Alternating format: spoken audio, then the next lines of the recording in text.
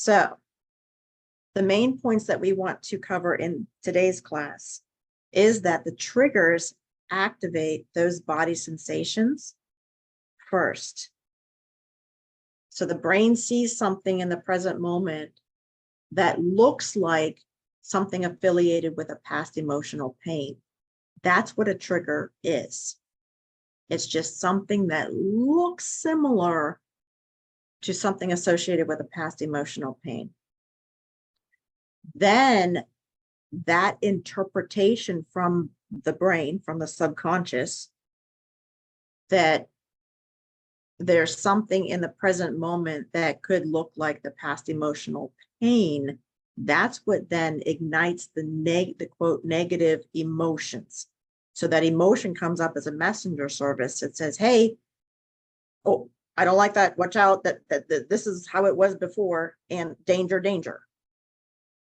Then the thoughts come up after the emotion. So there's trigger, then emotion, then the thought comes up where something is said, it looks like something that happened in the past from an emotional pain.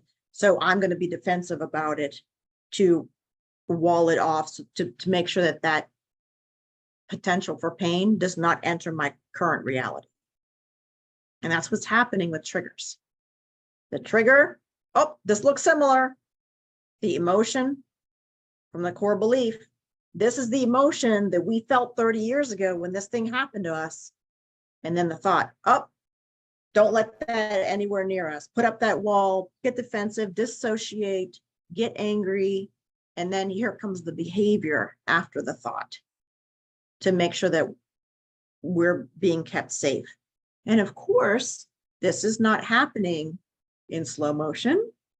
This is not happening in conscious awareness. It's in the subconscious. So, and I'm glad that even those words slow motion kind of just happened to come out of my mouth, because I am convinced that it's absolutely necessary as a first step to slow down. Even in everyday life, the slower that we can become, the more our blinders expand, our field of vision expands, and we can step out of survival mode.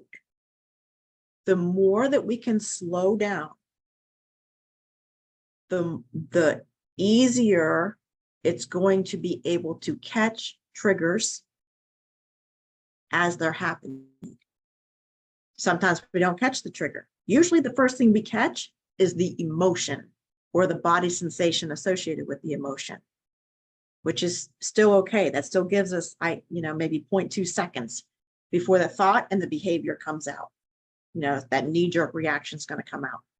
So the more that we can slow down our life, and if it means getting up 20 minutes earlier to take your time getting ready in the morning, if it means leaving to travel earlier, if it means getting more things off of your plate, if it means putting bubbles of time in your calendar, that's something that I actually had to do for myself, to give myself the time during the day to take a breath, take a sip of water.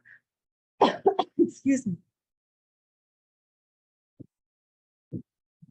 The more that we can slow down, it's one of the best gifts that we can give to ourselves.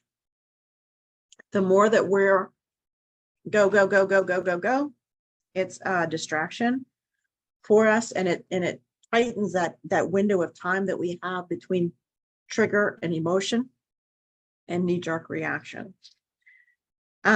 So triggers activate body sensations, then activate emotions, then activate thoughts. Boom, here comes the knee-jerk reaction. The human instinct survival brain, the subconscious at the base of the brainstem, remember, its mode of operation. So the programming language in that computer of the subconscious is acceptance equals survival, rejection equals death. when we begin to understand how the subconscious mind is calculating risks, determining what is pieced together, that's how detrimental it is to the subconscious mind. Rejection equals death. Because when we're born, if we are rejected by our primary caregivers or even family of origins, a lot of times we have older siblings that even help take care of us and things. That becomes a primary caregiver figure in our life, especially from a very young age. And I'm going to say very young age, 5, 6, 7 and younger. Rejection from those primary caregivers, whether it's parents, older siblings, extended family, aunt, uncles, it could even be nannies, babysitters, things like that. We become very susceptible to doing whatever it is we have to do, being demanded from that person in order to be accepted. Because if we do anything that causes us to be rejected, it means we'll die. That's the human instinct, survival brain. That's the subconscious. So we're bringing that also, that understanding and knowledge also into our conscious awareness in section 1. We have to know that in our conscious mind and understand that, especially those younger ages, 5, 6, 7 and younger. Anybody who was in a role of primary caregiver that demanded something or caused an emotional overwhelm even, it's going to have huge anchoring in of a core belief that we have to reject a part of ourselves, suppress a part of ourselves, give over a part of ourselves, or even our choices in order to be accepted so we can live, so we cannot die. Very important. Important in understanding ourselves and knowing ourselves. And that's what section 1 is. Know yourself. And know yourself in every aspect of different parts of the brain and the body. This is reality. This is evidence-based, scientific proof. And I have the references of the doctors that it comes from. And I have no problem with even adding in the peer-reviewed evidence-based studies, the scientific experiments for more of us left brain type A personality people, which I definitely was before this healing journey. So I understand the desire to even have that. I have no problem with that at all. So that human instinct survival brain has the blinders on the bridle of the horses has a very narrow field of vision, and it fills in the missing pieces because it has to act lightning fast. That's why if we can slow down moment to moment daily life, it gives more time and space to the human instinct survival brain to determine things at a slower rate, which just expands that field of vision. And the brain can only lead us with the knowledge based on past experiences and memories and pains. So our recap is becoming longer, but for good reason. The subconscious learns through repetition and also through imagination. And we're going to get to that a little bit more too in upcoming lessons. But the subconscious learns from repetition, and it is solidified in your conscious mind that we're working on section 1 through repetition and piecing, because there's so many moving parts. We want to keep reiterating how they work together. So our perception of our current world is not actually accurate. Our perception is created by the core wounds that cause the core beliefs in the first place. That human instinct survival brain is looking for what piece looks like what happened before, and how do we predict that won't happen again for us because the brain's a prediction machine. So the core beliefs underlying the negative emotions will only allow information in that confirms the belief. The brain, especially the subconscious brain, has to keep reaffirming that that core belief is true, to keep looking for pieces of information that fit to prevent that core belief. And that's kind of a roundabout way. This is the way the subconscious mind works.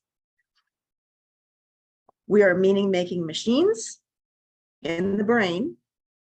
And you'll find out in later classes, that's not the full aspect of us.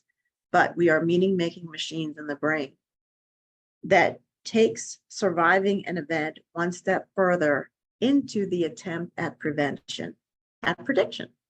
The brain's going to predict, oh, we are not going to let this happen again, and we're going to do this to prevent it, to run away from it, to fight it, to disassociate from it. Core beliefs are shown through actions and behaviors. So how we know that there are core beliefs that we need to start to discover, I call it the buried treasure under the surface. The core beliefs are buried treasure because they drive our behavior. So those core beliefs that I mentioned earlier, if somebody says, like I was, believe me, the queen of denial, the past doesn't affect me. The past doesn't bother me. I'm not scared of anything. I'm not alone. That was my words, but my actions and behaviors showed different. So if you ever see, you think a certain thing, or you have these written affirmations, look, no judgment here, believe me, I had them everywhere. I had Post-its with written affirmations all over the place, but they weren't coming true in my present reality. So is it that the affirmations don't work? Well, it's more so that the core belief doesn't align with what we're consciously telling ourselves that is true. Our behaviors will show what our core belief is. Our emotions will show what our core belief is. Our triggers will show what our core belief is. Our repeated patterns in life will show what our core belief is. And we can think we don't believe a negative belief about ourselves, like I did. I was queen of denial. But our action will show the belief that is actually within the subconscious. And that's how we start making the subconscious conscious. So confirmation bias in your class notes. In highlight 2, the core beliefs underlying the negative emotions will only allow information in that confirms the belief. And again, I am repeating this, but this is very important because other things that we could see in our current reality, we won't be able to see because that's not what the subconscious is allowing in. It's only going to allow in pieces from our current reality, our present moment, that confirms the core belief. That's how we get stuck in a loop. That's how we get stuck in repeated patterns. That's how we get stuck in knee-jerk reactions. We don't know this is going on until we know. We don't know until we know. How can you know? You know, that's why there's a room for self-compassion and kindness and graciousness overflowing, because we don't know until we know. And even while we're learning this, it's still a process. It's a process that we put into practice, and that's what changes your life. But don't worry, I'll guide you. I've been there. It can be rocky. That's okay. I'm here to guide you.